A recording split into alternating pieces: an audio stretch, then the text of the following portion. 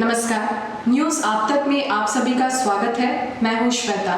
भाजपा के पूर्व अध्यक्ष श्री विशाल जॉली जी आज मध्य उत्तर अंडमान के डिगलीपुर पहुंचे और वहां चुनाव में खड़े भाजपा के उम्मीदवारों के समर्थन में भाजपा उम्मीदवारों को वोट करके विजय करवाने का अनुरोध किया। आइए देखते हैं। स्वागत है, मैं हूँ वल्ली और आज हम हमारे साथ जुड़े हैं बीजेपी के कार्यकर्ता मिस्टर विशाल जॉली जी। इनसे आप बहुत बार हमारे चैनल में मिल चुके होंगे, लेकिन आज हमसे जुड़े हैं वो डिगलीपुर क्षेत्र से, क्योंकि वो यहाँ है। यहाँ जो भी उम्मीदवार खड़े हैं बीजेपी की तरफ से उनको सपोर्ट करने आए हैं। तो हम जानते हैं सर से किस तरह से सपोर्ट कर रहे हैं, किस तरह का प्रचार कर रहे हैं। तो सर हमारे चैनल में बहुत बहुत स्वागत है सर डिगलीपुर की ओर से। नमस्कार। तो सर हम जानना चाहते हैं, जो भी आपका कार्यकर्ता लोग जा रहे हैं सर वोट मांगने के लिए, क्या क्या मुद्दा लेकर जा रहे हैं इस बार डिगलीपुर क्षेत्र के एरिया से? हमने जो काम किया है डिगलीपुर में, हमारे पंचायती राज संस्थाओं ने, प्रधान समिति प्रमुख और जिला परिषद ने और केंद्र सरकार ने, मोदी जी की सरकार ने डिगलीपुर के लिए, अंडमान निकोबार के लिए जो काम किया विकास का, उसके आधार पर ही हम वोट मांग रहे हैं। हमारा मुद्दा पूरे अंडमान निकोबार द्वीप समूह में इस चुनाव में सिर्फ विकास और विकास ही है। जी, तो सर मैं दूसरा सवाल आपसे पूछना चाहूंगी। सर मैं जाती हूँ गांव-गांव में जो है पब्लिक व्यू लेने के लिए, लेकिन पिछला साल जो इलेक्शन हुआ उसके हिसाब से आपके बीजेपी पार्टी ने बहुत सारा सीट जो पंचायत में जीता था। तो जब पब्लिक व्यू लेते हैं सर, बहुत सारा मुद्दा, बहुत सारा समस्या सामने आ रहे हैं सर। खास करके देखा जाए रोड का, जो डिगलीपुर हर एरिया का प्रॉब्लम है। दूसरा देखा जाए टॉयलेट का इशू देख लीजिए, घर का इशू देख लीजिए, खास करके नेटवर्क देखिए, यहाँ पे भी नेटवर्क नहीं है, इंटरनेट इशू। तो इसमें आप किसका दोष लगाना चाहेंगे सर? मैं दोष नहीं देता हूँ, चीज को पॉजिटिव दिशा में देखने का आवश्यकता है। एक सफेद दीवार में अगर एक काला बिंदु लगा है तो आँख ही काला बिंदु में जाता है, लेकिन 99% जो सफेद क्षेत्र है उसका तरफ कोई दिखता नहीं है। एनएच को पहले बार 1000 करोड़ रुपया एनएच बनाने के लिए भारतीय जनता पार्टी की सरकार ने मंजूरी दिया। जहां पर भी रोड का काम चलेगा वहां दिक्कत होगा। एनएच 323 किलोमीटर रोड में 167 किलोमीटर बन चुका है, और जो क्वालिटी का रोड बना है वो अंडमान के लोगों ने कभी नहीं देखा होगा। प्लेन उतर सकता है ऐसा एनएच का रोड बना है जहां पर काम हो चुका है। बाकी क्षेत्र में काम चल रहा है, तेजी से चल रहा है, और तेज करने के लिए हम प्रशासन से भी और जो संबंधित विभाग है मंत्रालय का, उससे भी निरंतर संपर्क में एनएचआईडीसी निजात मिले। दूसरा, विकास का जो हमने बात किया, हम डिगलीपुर एयरपोर्ट का एक्सटेंशन कर रहे हैं। डिगलीपुर का डिफेंस एयरपोर्ट, नेवल एयरपोर्ट अब सिविलियन के लिए भी खोल दिया जाएगा। ये ऑर्डर भी आ चुका है। ये एक बहुत बड़ा काम है डिगलीपुर क्षेत्र का, युवाओं के लिए बेरोजगारी दूर करने के लिए। डिगलीपुर में जब प्लेन डायरेक्ट आना शुरू होगा बंगाल से, कलकत्ता से, चेन्नई से, तो टूरिस्ट सीधा इधर आएंगे। और डिगलीपुर में इतना पोटेंशियल है, यहाँ का बीचेस में, यहाँ के पहाड़ का ट्रैकिंग में, यहाँ का लाइमस्टोन केव्स है, बहुत अच्छा मैंग्रोव्स है। यानी कि जितना पोटेंशियल, जितना वर्सिटैलिटी एक टूरिस्ट स्पॉट में होना चाहिए, वो सारा उपलब्ध है डिगलीपुर में। एक जगह आ जाने से ही पूरा अंडमान घूम लिए, सारे स्पॉट्स एक जगह देखा जा सकता है डिगलीपुर में।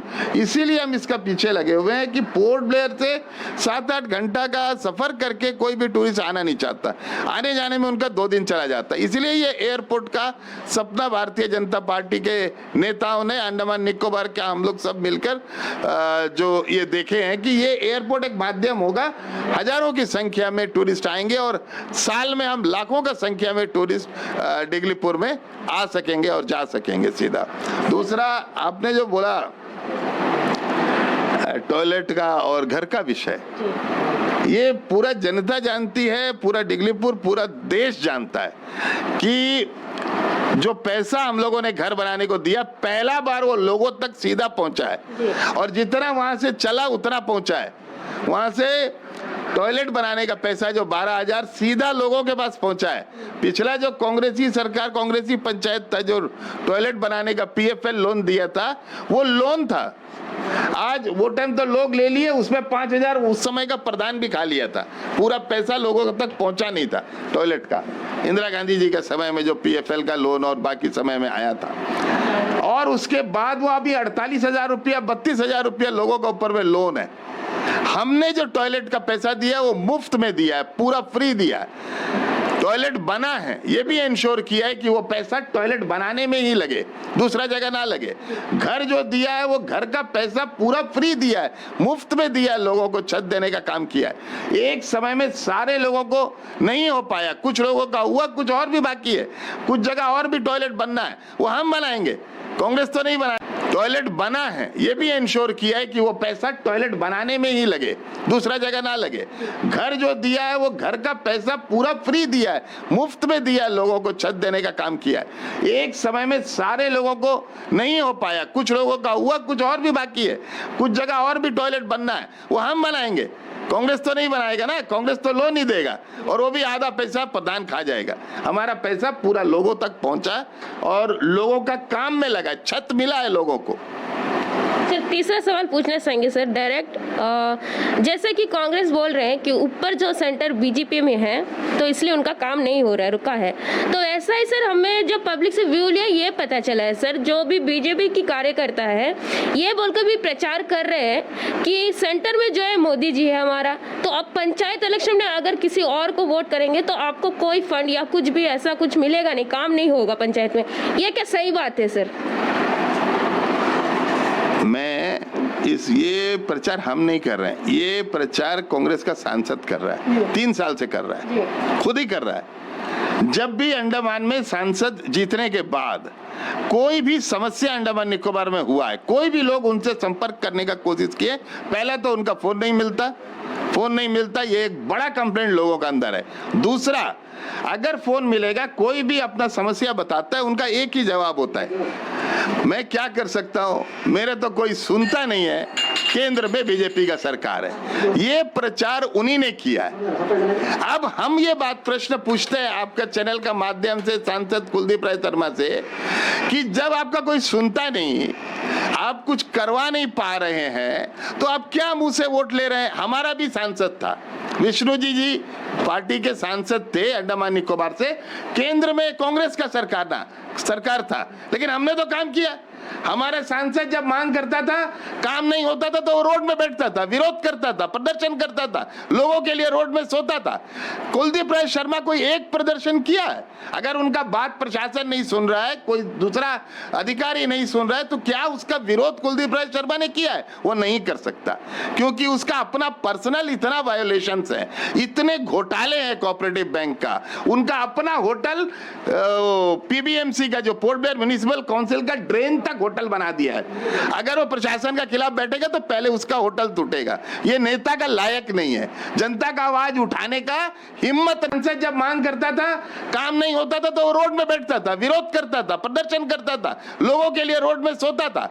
कुलदीप राय शर्मा कोई एक प्रदर्शन किया है? अगर उनका बात प्रशासन नहीं सुन रहा है, कोई दूसरा अधिकारी नहीं सुन रहा है, तो क्या उसका विरोध कुलदीप राय शर्मा ने किया है? वो नहीं कर सकता, क्योंकि उसका अपना पर्सनल इतना वायोलेशन है, इतने घोटाले हैं कोऑपरेटिव बैंक का, उनका अपना होटल PBMC का जो पोर्ट ब्लेयर म्युनिसिपल काउंसिल का ड्रेन तक होटल बना दिया है। अगर वो प्रशासन का खिलाफ बैठेगा तो पहले उसका होटल टूटेगा। ये नेता का लायक नहीं है। जनता का आवाज उठाने का हिम्मत नहीं है कुलदीप राय शर्मा में, और वो दोष दे रहा है बीजेपी का सरकार को। सर दोष दोनों तरफ से आ रहे हैं सर, बीजेपी की तरफ से भी बोल रहे हैं, ऐसा प्रचार कर रहे हैं, और कांग्रेस की तरफ से भी प्रचार कर रहे हैं। सर सीधा सवाल है कि जब बाहर भी है सर, बहुत सारा सेंटर में देखा जाए तो कोलकाता में भी देख लीजिए ममता दी है, दिल्ली में देख लीजिए केजरीवाल जी है, वैसे ही मैं उतना बड़ा नेता नहीं हूँ, मैं अंडमान का जानता हूँ। अंडमान में कई बार केंद्र शासित प्रदेश है, ऐसा होता है यहाँ पे दूसरा पार्टी का सांसद जीत जाता है, केंद्र में सरकार दूसरा पार्टी का होता है। ऐसा परिस्थिति में भारतीय जनता पार्टी ने काम करके दिखाया है। मैं खुद अध्यक्ष था, हमने हजारों काम किया है, कांग्रेस गवर्नमेंट था, लेकिन विरोध करके किया, प्रदर्शन करके किया, विधवा पेंशन बढ़वाया, एंड डेस्टिट्यूट पेंशन बढ़वाया, उनका समय में हमने धरना करके, प्रदर्शन करके, विरोध करके बढ़ाया। हमारा सांसद रोड में सोया, विरोध किया, जेल गया।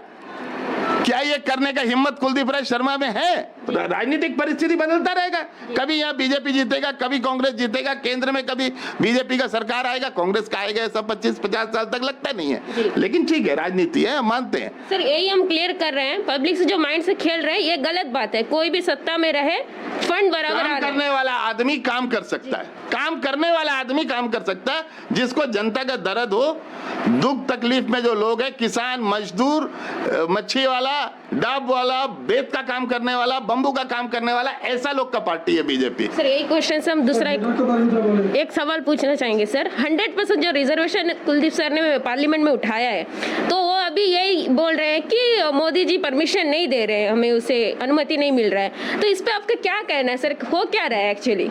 मोदी जी को क्या परमिशन चाहिए कुलदीप जी? अनुमति देने के लिए सर, जो 100% रिजर्वेशन है ना सर, वो अंडमान में आने के लिए अनुमति नहीं मिल रहा है करके वो बोल रहे हैं। प्रधानमंत्री नहीं देता है। जो प्राइवेट मेंबर बिल आया है जी, प्राइवेट मेंबर बिल क्या होता है कुलदीप जी को पता है?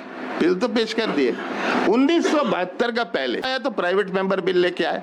मैं उनसे एक सीधा सवाल करता हूँ, कोऑपरेटिव बैंक अंडमान का बैंक है, सहकारी बैंक है, उसमें जो पद का एडवर्टाइजमेंट उन्होंने दिया था, वो दिल्ली का न्यूज़पेपर और केरल का न्यूज़पेपर में क्यों दिया था? अगर अंडमान का बेरोजगार बच्चों का चिंता था, जिस बैंक में उनका बाप चेयरमैन है, वो वाइस प्रेसिडेंट है, वाइस चेयरमैन है, उस बैंक का एडवर्टाइजमेंट उन्होंने केरल और दिल्ली का पेपर में क्यों दिया?